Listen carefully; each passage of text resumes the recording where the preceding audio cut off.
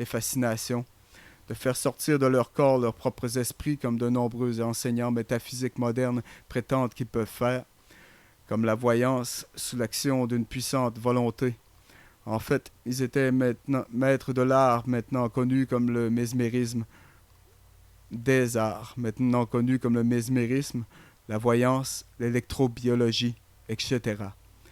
Ils ont également réalisé la vertu des aimants, des gommes, des herbes, des médicaments et des fumigations, et la musique utilisée pour un effet admirable. Et personne depuis n'a pu mettre au point et même se rapprocher de leur art d'embaumer les morts. Le surdoué égyptologue Lenormand reconnaît la magie égyptienne comme une partie essentielle de leur philosophie religieuse. James Bondswick, SGRL, résume ainsi les pouvoirs possédés par les Égyptiens, les adeptes égyptiens. Les mystiques égyptiens pouvaient léviter, voler dans les airs, manipuler le feu, vivre sous l'eau, maintenir une forte pression sans danger, subir des mutilations sans blessure, lire le passé, prédire l'avenir, se rendre invisible et guérir la maladie. Maintenant, je n'ai aucune idée si je dois le croire ou non, mais c'est ce que dit cet expert. Maintenant, si vous doutez de la puissance de la magie exercée par les prêtres des mystères de Babylone, écoutez bien cela, car nous pouvons comparer le conte de James Bonwick avec quelques autres nouvelles du Tibet, un autre pays célèbre depuis longtemps pour la magie. Le docteur Alexander Cannon, un éminent scientifique, un docteur en médecine, un psychiatre célébré, un maître des arts et un membre de la Royal Geographic Society, a ramené un disque étrange de la terre des lamas.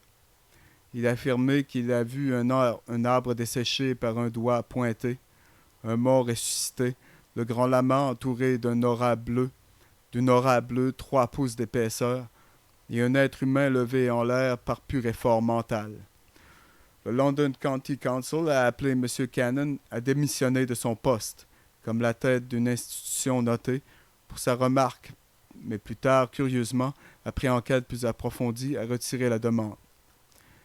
Il semble, mes amis, que l'âge des miracles, ou au moins la magie, n'est pas mort. Vous savez, Platon était un initié du mystère de Babylone et a été initié dans la grande pyramide en Égypte, où il s'est couché dans le sarcophage pendant 3 jours et 3 nuits.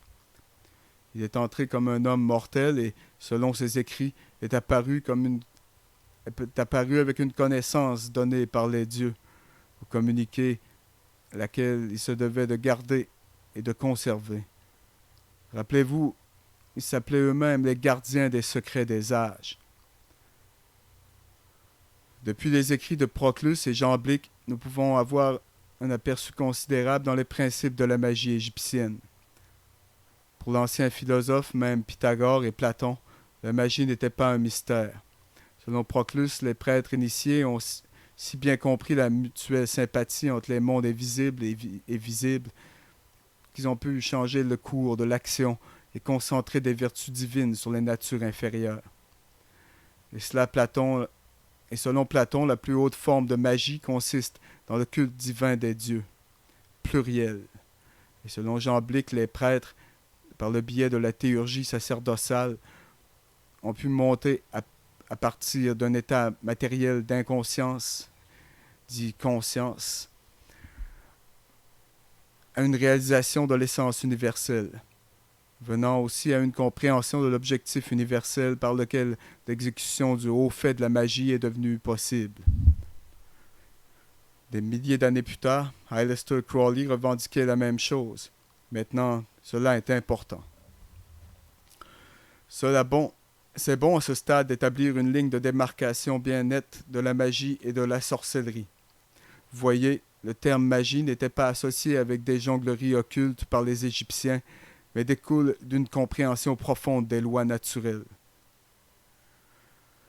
La magie, a déclaré le général Albert Pike, et vous allez en entendre beaucoup sur le général Albert Pike au cours de cette série d'émissions. La magie, dit le général Albert Pike, est la science exacte et absolue de la nature et ses lois. De la connaissance de cette science absolue surgit la science occulte. Occulte signifie simplement caché, mes amis. De l'expérience dans les sciences occultes, à son tour surgit l'art théurgique. Car aussi sûrement que l'homme a adapté son univers physique à ses fins, si sûrement l'adepte de l'école des mystères adapte l'univers métaphysique à ses fins.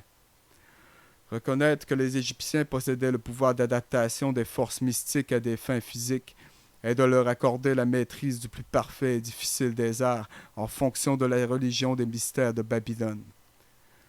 Pourtant, nier cette capacité de la part des prêtres égyptiens, c'est nier l'évidence, et nous devons nous résigner au fait indéniable qu'ils possédaient une forme d'apprentissage qui n'a pas été conférée à ce présent cours, du moins publiquement.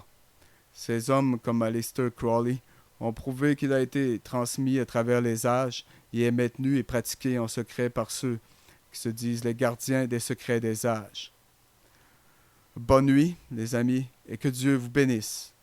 Et rappelez-vous que c'est ce qui peut arriver si vous vous réveillez.